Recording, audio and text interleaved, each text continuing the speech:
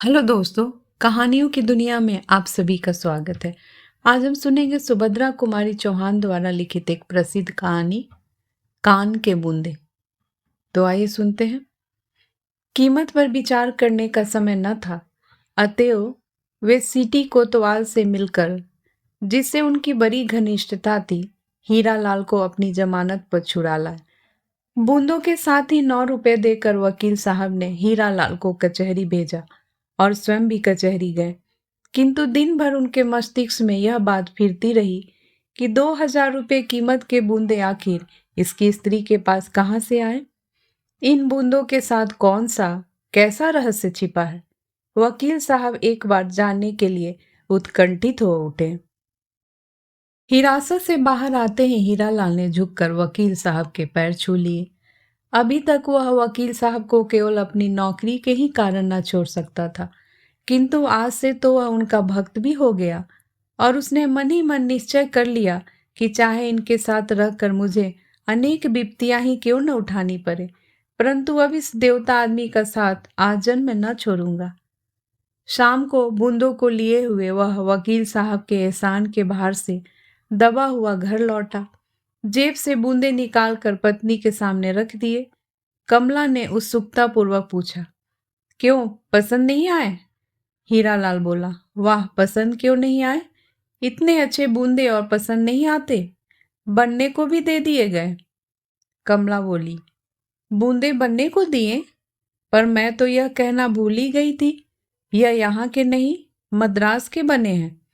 जब मैं बहुत छोटी थी तब हम लोग बाबू के साथ मद्रास गए थे, वहीं माँ के लिए बाबू ने इसे खरीदा था। हीरालाल बोला, शायद यही बात हुई होगी। जब सुनारों ने बनाने से इनकार कर दिया होगा तभी वकील साहब ने लौटाया होगा। हीरालाल ने बूंदों की कीमत के बारे में, अपने पकड़े जाने के बारे में और वकील साहब ने उसे किस तरह छुड़ाया, इस बारे में अपनी स्त्री से कुछ भी न कहा। शहर में प्लेग का प्रकोप हुआ। सब लोग शहर छोड़ छोड़कर बाहर झोपड़े बनाकर या बंगलों पर रहने के लिए निकल गए। वकील साहब ने अपने बंगलों में नौकरों की एक कोठरी में हीरालाल को रहने की जगह दे दी। एक ही अहाते में रहते हुए संभवतः 2-3 महीने बीत गए, किंतु वकील साहब की पत्नी हीरा देवी और कमला से किसी प्रकार की जान पहचान न हो सकी। हीरा देवी ने उच्च कोटि की शिक्षा पाई थी। वह संस्कृत में काव्य तीर्थ और अंग्रेजी में बीए थी। साधारण सुंदर थी, पर स्वभाव जरा रूखा था। वे मौके मौके पर ही हंसती थी। साधारण लोगों से वह बातचीत भी कुछ कम करती थी। उन्हें अपने धन, विद्या और एक प्रतिष्ठित परिवार की कन्या होने का गर्व था। अपने आश्रित एक मुंशी की स्त्री से बातचीत करने में वह समय का दुरुपयोग समझती थी, इसलिए उन्होंने कमला को कभी न बुलवाया। इधर कमला इसके बिल्कुल प्रतिकूल थी। वह अनिंद सुंदरी थी, खूब गोरा रंग, आकर्षक आंखें, पतले पतले लाल होठ, जिन पर सदा हंसी खेलती रहती। वह बड़ी नर्म और मिलनसार थी। पढ़ी लिखी बहुत साधारण थी। हिंदी की पुस्तकों के अतिरिक्त चिट्ठी पत्री लिख पढ़ लेती थी। अंग्रेजी के कोई कोई अक्षर पहचान लेती थी। फिर भी उसे व्यवहार ज्ञान था। गृह कार्य में कुशल थी।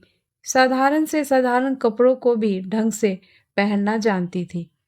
साधारण कपड़ों को ही वह इस ढंग से पहनती थी कि वह उसके शरीर पर मूल्यवान जान पड़ते। 20 साल की उम्र होने पर भी 14 साल की किशोरी जान पड़ती। उनके स्वभाव में एक प्रकार की लापरवाही और अल्हड़पन था, जो इस बात का साक्षी था कि इसने भी अपने जीवन में कभी अच्छे दिन देखे हैं। जिस दिन से कमला को मालूम हुआ कि हीरा देवी ने उसके ईयर रिंग मंगवाए और पसंद किए हैं, उनसे मिलने के लिए कमला की उत्सुकता और भी बढ़ गई। एक दिन दोपहर को वह हीरा देवी से मिलने गई, जिसकी सूचना हीरालाल ने अपनी मालकिन को पहले से ही दे रखी थी। बरामदे में एक चटाई पड़ी थी। कमला उसी पर बैठ गई। साधारण आवभगत के बाद हीरा देवी पास पड़ी हुई कुर्सी पर बैठकर एक मासिक पत्रिका के पन्ने उलटने लगी। बीच बीच में वह कमला की बातों का उत्तर भी देती जाती थी। उन्होंने अपने किसी भी व्यवहार से यह प्रकट न होने दिया कि कमला के आने से उन्हें किसी तरह की प्रसन्नता हुई।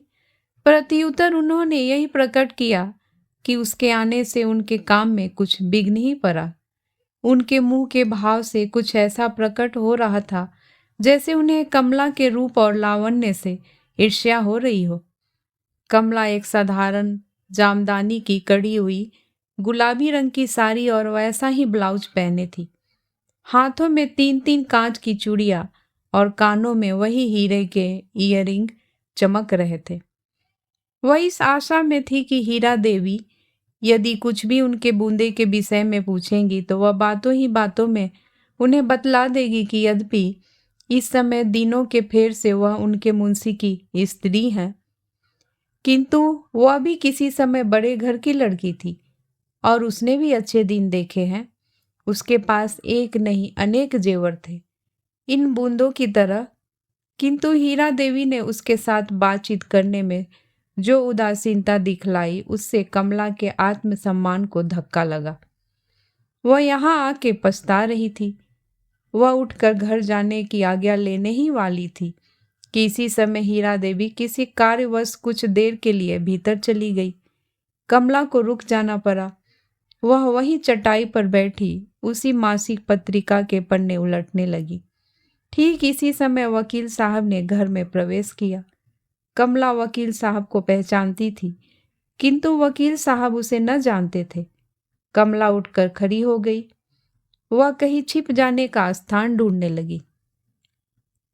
इधर वकील साहब को एक संभ्रांत महिला को इस तरह बरामदे में चटाई पर बैठना कुछ अपमानजनक मालूम हुआ। पहले तो वह उल्टे पांव बाहर लौट जाने वाले थे, परंतु न जाने क्या सोचकर उन्होंने कमला को संबोधन करके कहा, आप यहाँ बाहर क्यों बैठी हैं? आइए ड्राइंग रूम में बैठिए, मैं उन्हें बुला लेता हूँ। कमला कुछ न बोली। चित्र छाया की तरह वकील साहब के पीछे पीछे जाकर ड्राइंग रूम में बैठ गई। सच बात तो यह थी कि हीरा देवी की तरफ से इतना निरादर और वकील साहब के द्वारा इतना आदर, दोनों के व्यवहार में इतना अंतर देखकर कमला कुछ विस्मित सी हो गई। वकील साहब ने अंदर जाकर पत्नी से कहा और फिर बाहर आकर बैठ गए। हीरा देवी ने समझा कि कोई और मिलने आया है, इसलिए वह अपने कपड़े बदलने लगी। कपड़े बदलकर रसोइये को चाय तैयार करने के लिए कहकर वह ड्राइंग रूम में आई, किंतु वहां किसी और को नहीं, कमला को ही पति के साथ खुले मुंह मखमल के कोच पर बैठे देखकर हीरा देवी के शरीर में आग लग गई। वह कुछ बोली नहीं, रूखे भाव से आकर वहीं दूसरी कोच पर बैठ गई। उनके आते ही कमला उठकर खड़ी हो गई और उनकी ओर लच करके कहा, अब आज्ञा दीजिए, मैं घर जाऊं। हीरा देवी के कुछ बोलने के पहले ही वकील साहब बोल उठे, बैठिए, चाय तैयार हो गई है, चाय लेके जाइए। एक तीव्र दृष्टि से पति की ओर देखकर हीरा देवी ने कमला से कहा, हाँ, चाय पी के ही जाना, तैयार हो गई है। पर कमला रुकी नहीं। कमला की सुंदरता की छाप वकील साहब के हृदय पर प्रथम दृष्टि में ही पड़ गई, इसलिए वह सबकी नजर बचाकर कभी कभी कमला के मुंह की ओर देख लिया करते थे। किसी बुरे भाव से नहीं, वे सौंदर्य उपासक थे। प्रत्येक सुंदर वस्तु को देखना उनकी दृष्टि में आवश्यक था। शिष्टाचार के तौर पर कमला के जाते समय हीरा देवी ने उसे कभी कभी आते रहने के लिए कहा। कमला इस कृपा के लिए उन्हें धन्यवाद देकर अपने घर गई। कमला के जाते ही पत्नी पर तिरस्कार सूचक दृष्टि डालकर वकील साहब ने पूछा, यह कौन थी? वहां चटाई डालकर बैठा दिया। इतना बड़ा ड्राइंग रूम किस लिए है? हीरा देवी ने भी उसी भाव से तीव्र स्वर में बोली, तो तुम क्या चाहते हो कि मैं नौकरों चाकरों को भी अपने साथ ही कुर्सी पर बैठाया करूं? यह तो तुम्ही से होगा, मैंने तो यह नहीं सीखा। फिर भी अब वाद विवाद करने का क्या तात्पर्य है, जब तुमने उसे बुलाकर अपने पास कुर्सी पर बैठा ही लिया था? वकील साहब ने उत्सुकता से पूछा, नौकर चाकर? नौकर चाकर से तुम्हारा क्या तात्पर्य है? हीरा देवी ने रुखाई से कहा, यह मुंशी की ही तो स्त्री थी ना, नौकर चाकर नहीं तो क्या मेरी हमजोली है? वकील साहब कुछ नम्र होकर बोले, मुंशी की स्त्री सही, हीरालाल मेरा मुंशी है, उसकी स्त्री तो नहीं। उसके साथ तुम्हें नौकरों सा बर्ताव नहीं करना चाहिए था। जो सम्मान करना जानता है वह सम्मान पाता भी है। फिर गरीबों का सम्मान तो धनिकों से अधिक करना चाहिए। यदि तुम उसे अपने साथ पहले ही ड्राइंग रूम में लेकर बैठती तो तुम्हारे सम्मान में कुछ भी अंतर ना आता। तुम्हारे विषय में वह ऊंचे विचार लेकर ही जाती। हीरा देवी अब झुंझला उठी। क्यों तंग किए जा रहे हो? मुझसे नहीं बन पड़ा, तुमने तो कर ही दिया, फिर अब अफसोस किस बात का? और इतने पर भी संतोष न हो तो जाके उसके आंसू पोंछाओ, मुझे कोई शिकायत न होगी, कहकर हीरा देवी उठकर दूसरे कमरे में चली गई। मेज पर चाय ठंडी हो रही है। उस तरफ न वकील साहब का ध्यान था और न हीरा देवी का। हीरा देवी के जाते ही वकील साहब थके हुए से कोच पर लेट गए। बात बात पर वह पत्नी के वाद विवाद और तर्क से थक गए थे। विवाह से पहले जब उन्हें मालूम हुआ कि उनकी भावी पत्नी ग्रेजुएट है, संस्कृत में काव्य तीर्थ है, तो उन्हें न जाने कितनी प्रसन्नता हुई थी। अपने कल्पना जगत में उन्होंने अपने एक छोटे से सोने के संसार को देखा, जिसमें सहयोग से गृहस्थी नंदनवन हो जाती है। इसी सुस्वप्न को देखते देखते वे विवाह के बंधन में बंध गए और उन्होंने अपने भाग की सराहना की। मित्रों ने बधाई के पुल बांध दिए। नौवधु अधिक सुंदर न थी, पर सुशिक्षित थी। इसका वकील साहब को गर्व था। आज उनका गर्व धूल हो चुका था। रह रह के उन्हें ऐसा जान पड़ता था जैसे उन्होंने कोई बहुत बड़ी भूल कर डाली है, जिसका कोई प्रतिकार नहीं। पत्नी के उदंड स्वभाव से वो बहुत असंतुष्ट थे। हीरा देवी में उन्हें स्त्रियोचित गुण ढूंढे न मिलते थे।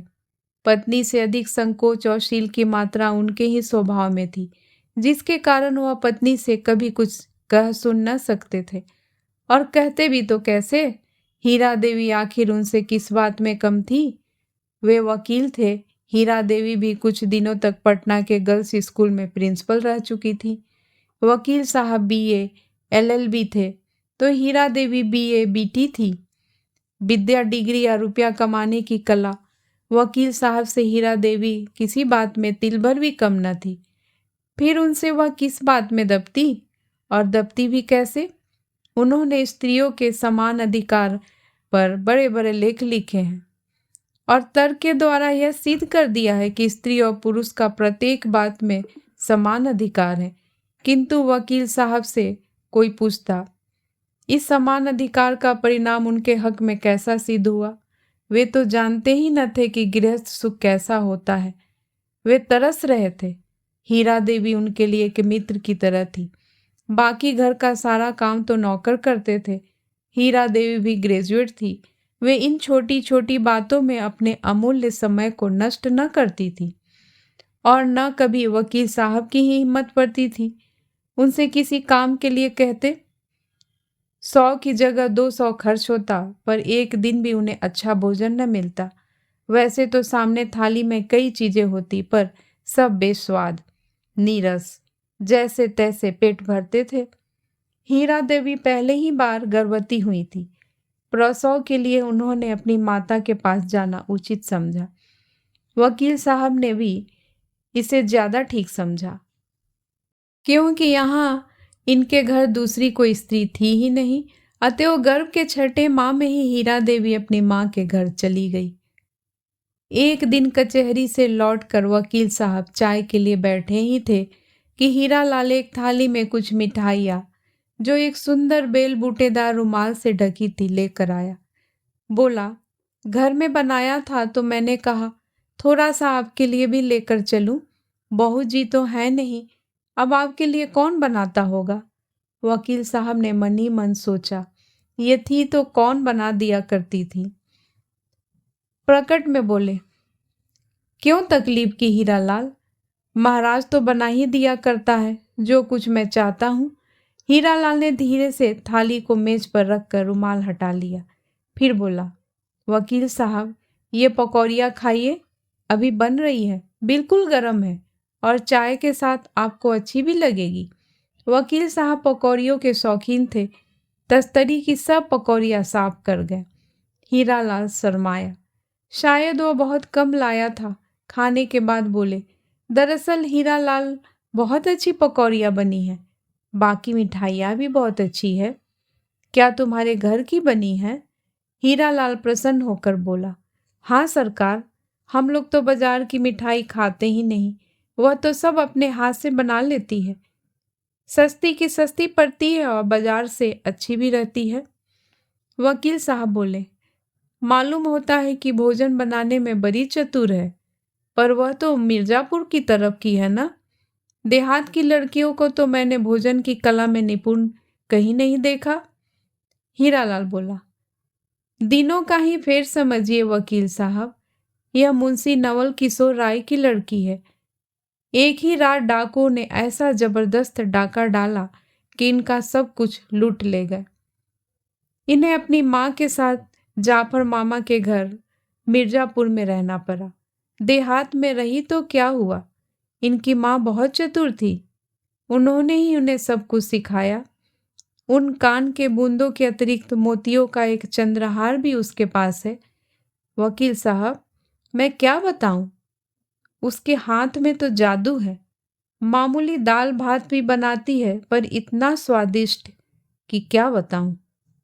वकील साहब आश्चर्य से बोले, अच्छा, यह मुंशी नवल किशोर राय की कन्या है? वह तो इलाहाबाद के बड़े भारी वकील में से थे, तभी यह इतनी चतुर है। हीरालाल ने प्रसन्नता का भाव जाहिर करते हुए कहा, वकील साहब, गुस्ताखी माफ हो, एक अर्ज करता हूँ। आप कल सवेरे मेरे झोपड़े में ही भोजन कीजिए। हम गरीबों के भोजन का स्वाद भी लीजिए। वकील साहब को अपने मुंशी के यहाँ भोजन करना जरा उचित न मालूम हुआ। बोले, क्यों तकल्लुफ करते हो हीरालाल? यह जो इतनी चीजें लाए हो, यह मेरे कल तक के लिए काफी है, फिर क्यों तकलीफ करते हो? हीरालाल बोला, इसमें तकलीफ की क्या बात है वकील साहब? उसका स्वभाव तो ऐसा है ही कि अगर 10 खाने वाले आ जाएं तो उसे दुनी खुशी होती है। सुस्ती तो उसमें नाम की नहीं है, और खाने वालों को खिला पिला के चाहे उसके खाने के लिए एक कौर भी न बचे, उसे बड़ा संतोष होता है। वकील साहब बोले, अच्छा, भोजन तो तुम्हारे घर का मैं स्वीकार कर लेता हूँ, पर मैं वहाँ खाने न जाऊँगा। तुम खाना यहीं ला देना। हीरालाल खुशी खुशी अपने घर गया। वकील साहब कपड़े पहन के क्लब गए। क्लब से उस दिन वकील साहब जल्दी ही लौट आए। उनका जी वहां भी न लगा। एक अजीब तरह की परेशानी उन्हें तंग किए डालती थी। भोजन के लिए महाराज पूछने आया। कई बार पूछने पर जैसे सोते सोते चौंक कर उन्होंने जवाब दिया, नहीं। महाराज इसका अर्थ नहीं समझ सका। दोबारा फिर पूछा, साहब भोजन लाऊं क्या? वकील साहब झल्ला उठे। बोले, अभी कहा था ना मत लाओ। क्या एक बार के कहने से नहीं समझ सकते? महाराज चुपचाप चला गया। उस दिन किसी की हिम्मत वकील साहब से बोलने की न हो सकी, किंतु 9 बजे रात को फिर हीरालाल दरवाजा खटखटाता हुआ पहुंचा। वकील साहब इतने रात को उसके आने का कारण समझ गए। फिर भी और दिनों की तरह वे झिझक न सके, बल्कि आदर के साथ बैठाया और नम्रता से बोले, क्या है हीरालाल? मालूम होता है कि आज पीने के लिए नहीं है कुछ। हीरालाल हंस पड़ा और बोला, सरकार, जब तक आपके पास हूँ मुझे क्या तकलीफ हो सकती है? जब मेरे पास न रहेगा आपके पास आऊँगा। अच्छा, यह बात है। कहते हुए वकील साहब ने 2 रुपए जेब से निकाल कर फेंक दिए। आज पहली बार हीरालाल को बिना किसी प्रकार की झिकझिक किए पीने के लिए इतनी आसानी से रुपए मिल गया। रुपया तो सदा ही ले लिया करता था, किंतु घंटों माथापच्ची के बाद वकील साहब के इतने शीघ्र रुपए निकाल कर देने का अर्थ उसने लगाया उस दिन के अत्यधिक आमदनी। रुपया उठाते उठाते बोला, मालूम होता है आज खूब आमदनी हुई है। वकील साहब, रुपया हो तो 2-3 और दे दो ना, घर में खर्च के लिए बिल्कुल नहीं है। वकील साहब बोले, अच्छा, तुम्हें 2 दे दिए तो तुम लालच में पड़ गए? हीरालाल नम्रता से बोला। नहीं वकील साहब, घर में तंगी ना होती तो मैं कभी न मांगता। आज तो मुझे जानते हैं, बस मुझे पीने भर के लिए मिल जाए, फिर मुझे कुछ न चाहिए। आज तो उसने कहा कि रुपया चाहिए इसलिए आपसे कहा, नहीं तो क्या कभी कहता। आज की वकील साहब की आमदनी कुल 5 रुपए ही थी। उन्होंने बाकी के 3 रुपए निकाल कर हीरालाल के हवाले कर दिए। देते देते उन्होंने ताकीद कर दी कि देखो, सबके सब मत पी जाना, घर में खर्च के लिए दे देना। हीरालाल बोला, नहीं वकील साहब, क्या पागल हूं? मैं पहले घर में देकर फिर पीने जाऊंगा। हीरालाल चला गया। वकील साहब फिर पलंग पर लेटे। उन्हें नींद न आई। उन्होंने अपने और हीरालाल के जीवन की तुलना की। चतुर सुशील स्त्री पाकर वह कितना सुखी है, उसका गृहस्थ जीवन कितना आकर्षक है।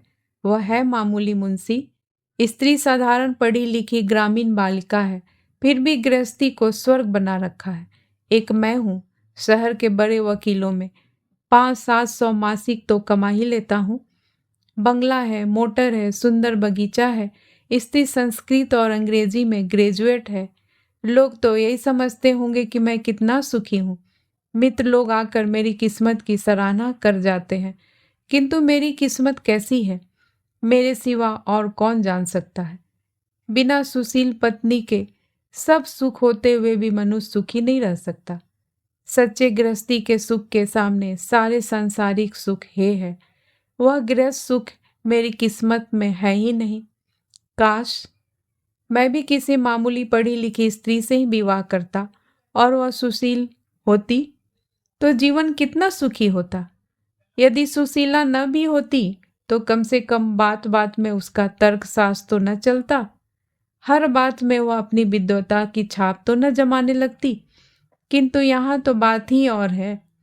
हीरा अपने सामने मुझे कुछ समझती नहीं, दूसरों के सामने उसे कुछ कहते मैं डरता हूँ, न जाने कैसा उत्तर दे दे, फिर मुझे उनके सामने लज्जित होना पड़े। इसी प्रकार जितना ही मैं उससे दबता हूँ वह मुझे दबाती जाती है।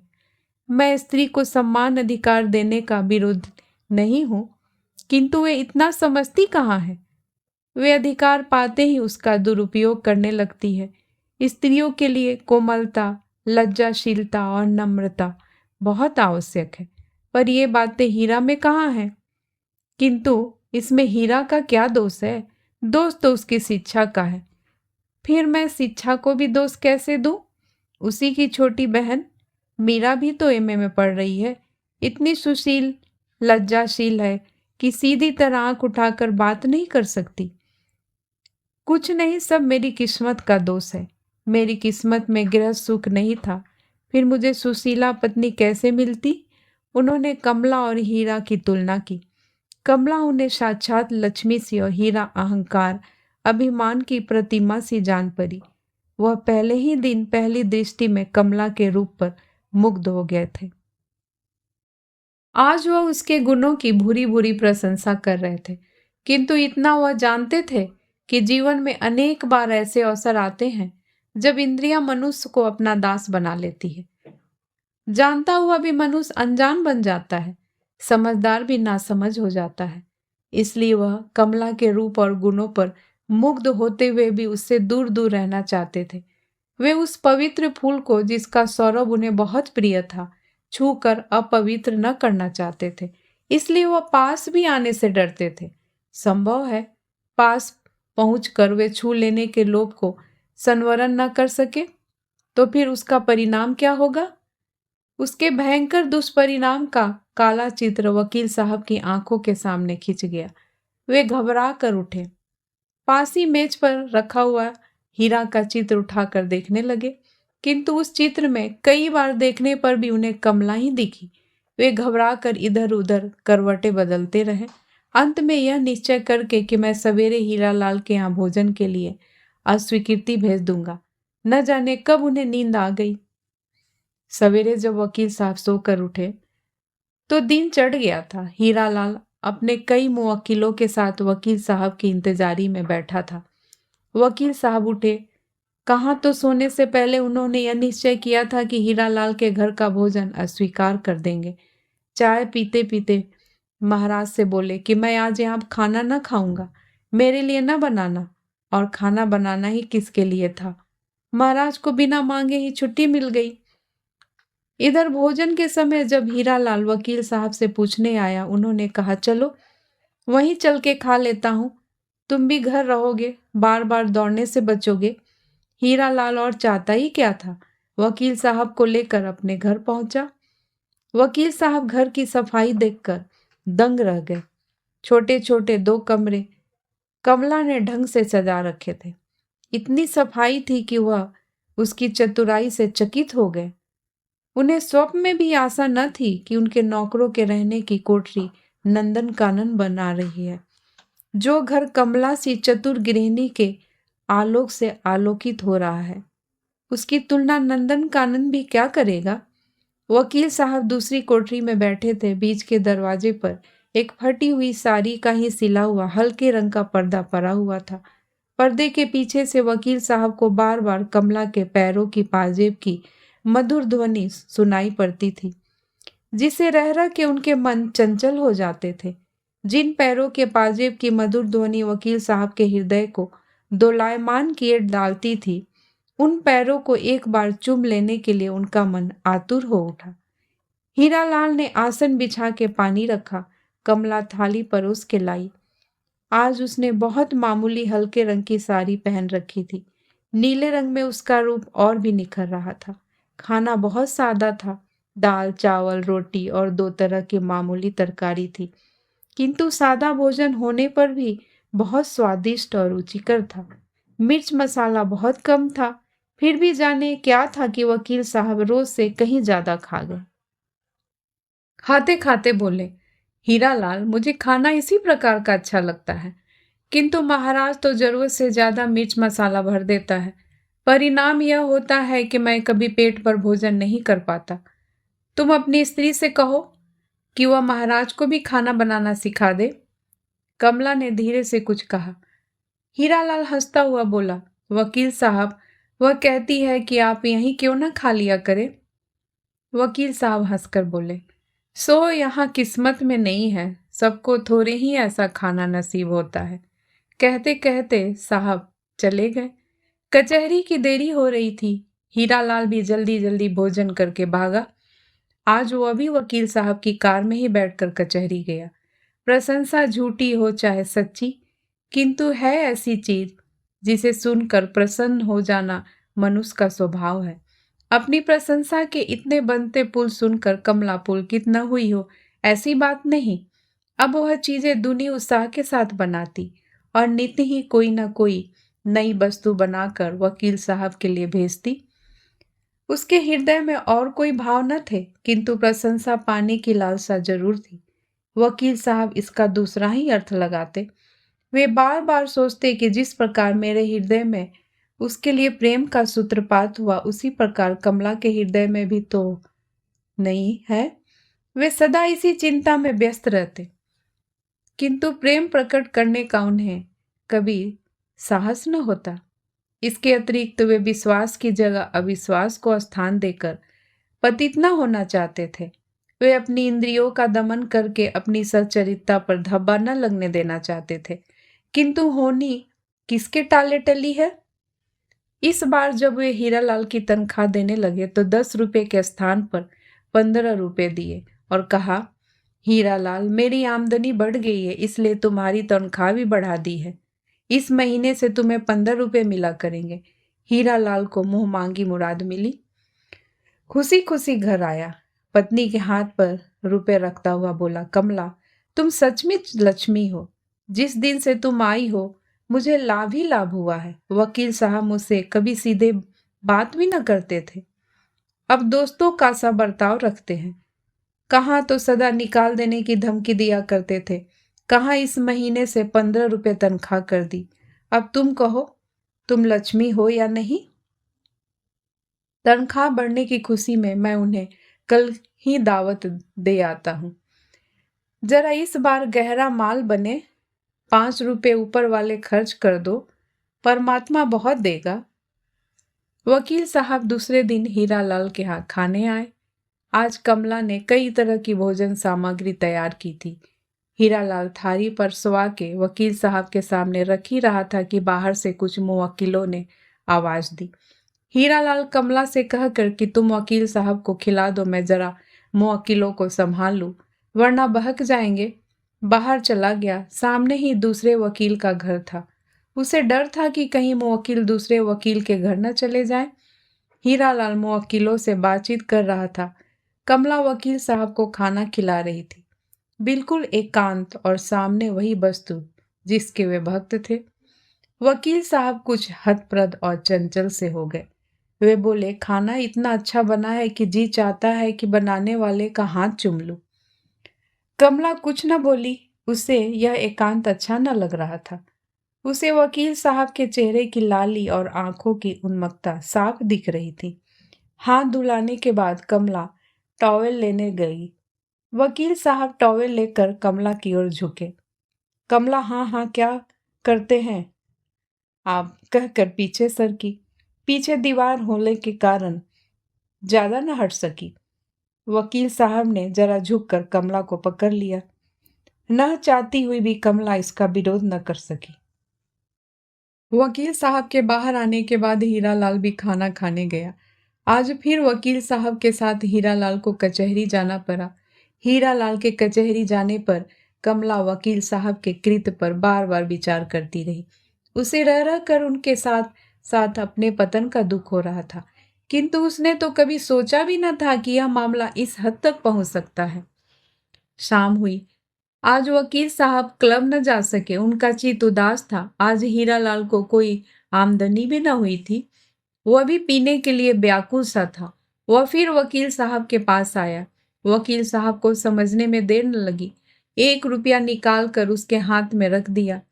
हीरालाल कलाड़ी की तरफ भागा। वकील साहब धीरे धीरे हीरालाल के घर की ओर गए। जूतों की आवाज सुनकर हीरालाल के धोखे में कमला ने उठकर दरवाजा खोल दिया। सामने वकील साहब को खड़ा देखकर वह बहुत घबराई। अब न दरवाजा बंद करते बनता न खोलते। वह कुछ क्षण तक दरवाजे पकड़े खड़ी रही, फिर बोली, क्या चाहिए आपको? वकील साहब रूंधे हुए कंठ से कंपित स्वर में बोले, तुमसे माफी मांगने आया हूं। कमला जरा भीतर बैठ जाने दो, फिर कहता हूं। कमला दरवाजे से सरक गई। वकील साहब आकर भीतर कुर्सी पर बैठ गए।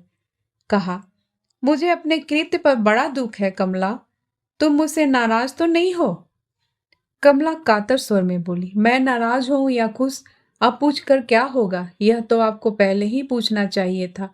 फिर भी मैं आपसे पूछती हूँ, आखिर हर्ष से क्या लाभ है?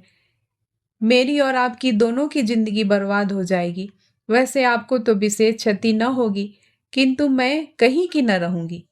वकील साहब ने भर्राए स्वर में कहा, कमला, मैं तो पागल हो रहा हूं। मेरी दवा तुम्हें छोड़कर कोई नहीं कर सकता। वैसे आज जो कुछ भूल हो गई उसे तुम क्षमा करो। तुम्हारी इच्छा के विरुद्ध मैं तुम्हें कभी हाथ न लगाऊंगा। रही तुम्हारे जीवन बर्बाद होने की बात, सो मैं तुम्हें विश्वास दिलाता हूं कि मैं हीरालाल को कभी किसी हालत में अलग न करूंगा, और तुम्हारा जीवन मेरे जीते जी कभी बर्बाद नहीं हो सकता।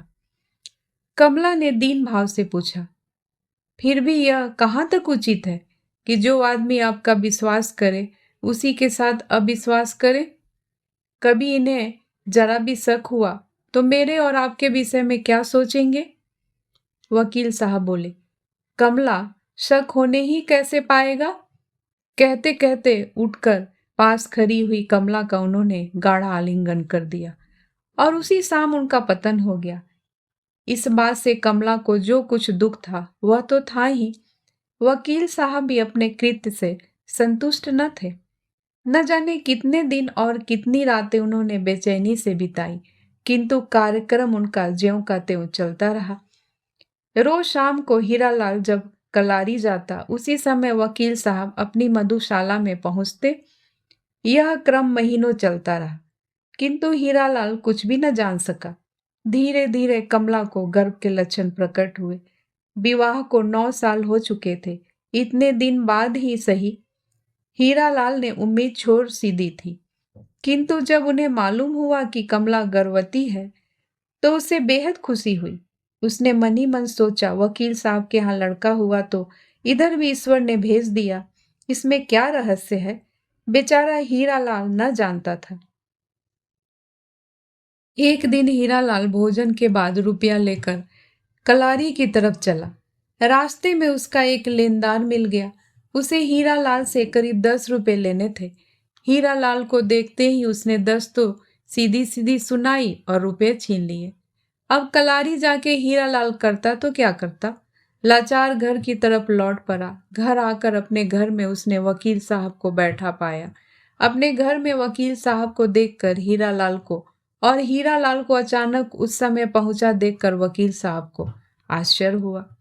किंतु वकील साहब चतुर थे, बोले, क्यों हीरालाल, हमेशा तो मुझे भोजन के लिए पूछा करते थे। आज जब मुझे घर में ढंग का खाना न मिला तो पहले ही से खा पी कर बैठ गए। हीरालाल बोला, अरे तो और बन जाएगा वकील साहब।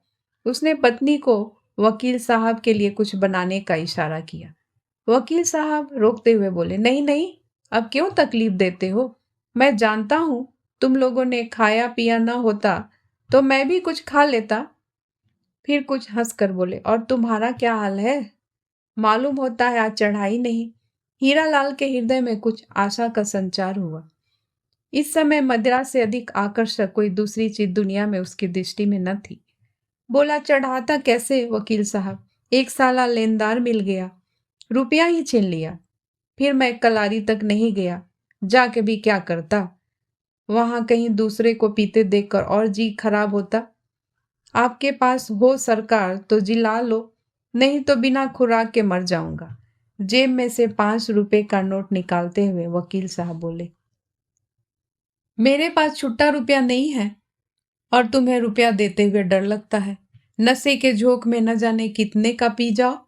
हीरालाल बोला, नहीं सरकार, ऐसा भी कहीं हुआ है। मैं तो उतना ही पीता हूँ। मेरी तो खुराक ही उतनी है, बस 1 रुपया 8 आना की।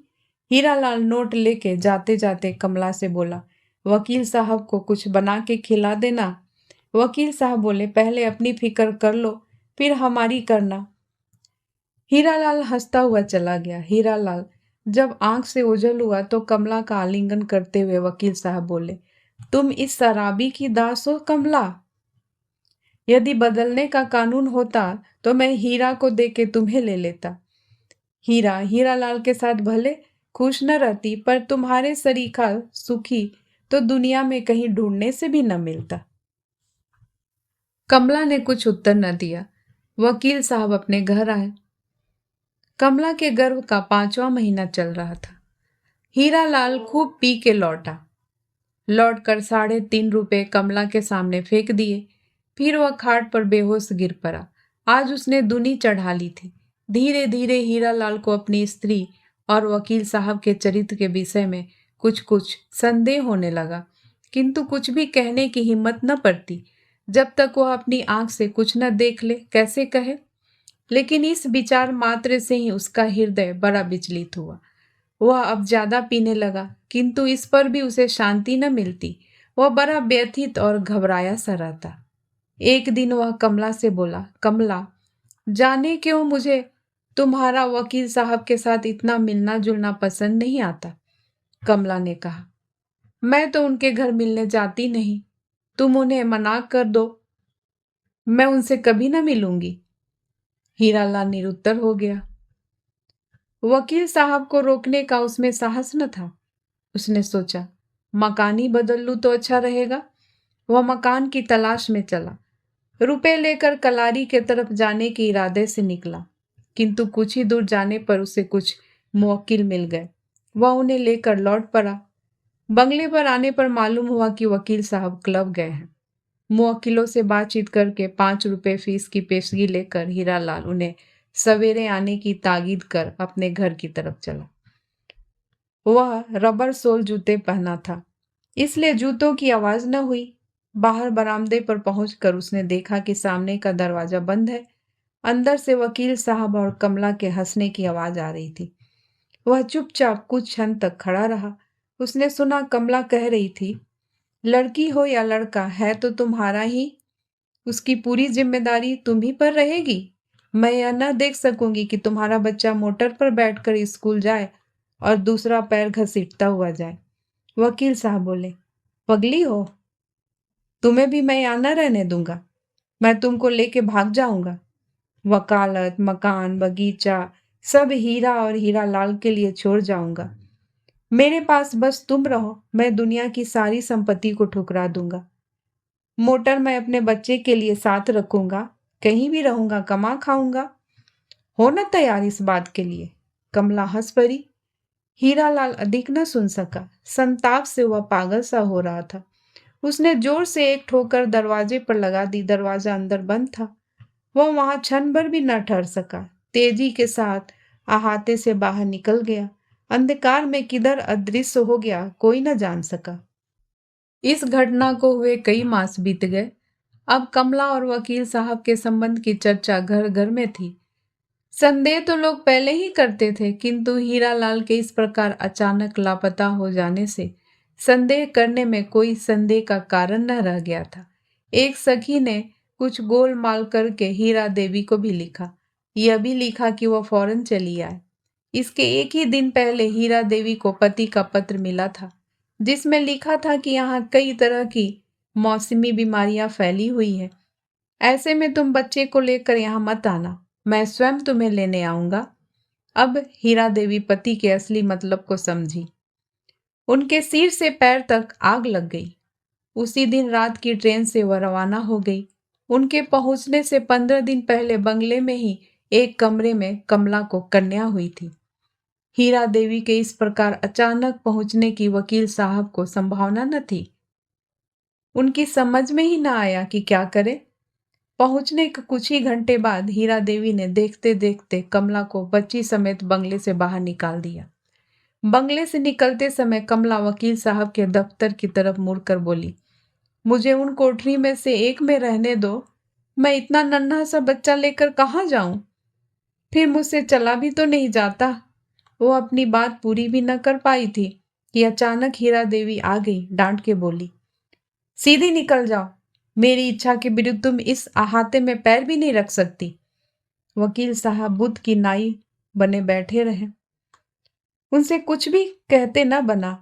उन्हीं की आंख के सामने जिसे उन्होंने इतना आश्वासन दे रखा था, वही कमला गिरती पड़ती किसी प्रकार बंगले से बाहर चली गई। किसी को उस पर दया न आई, किसी ने उसे शरण न दी।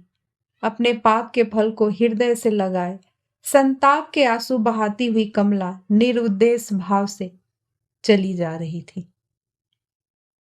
दोस्तों, इस कहानी को सुनने के लिए आपका बहुत बहुत धन्यवाद।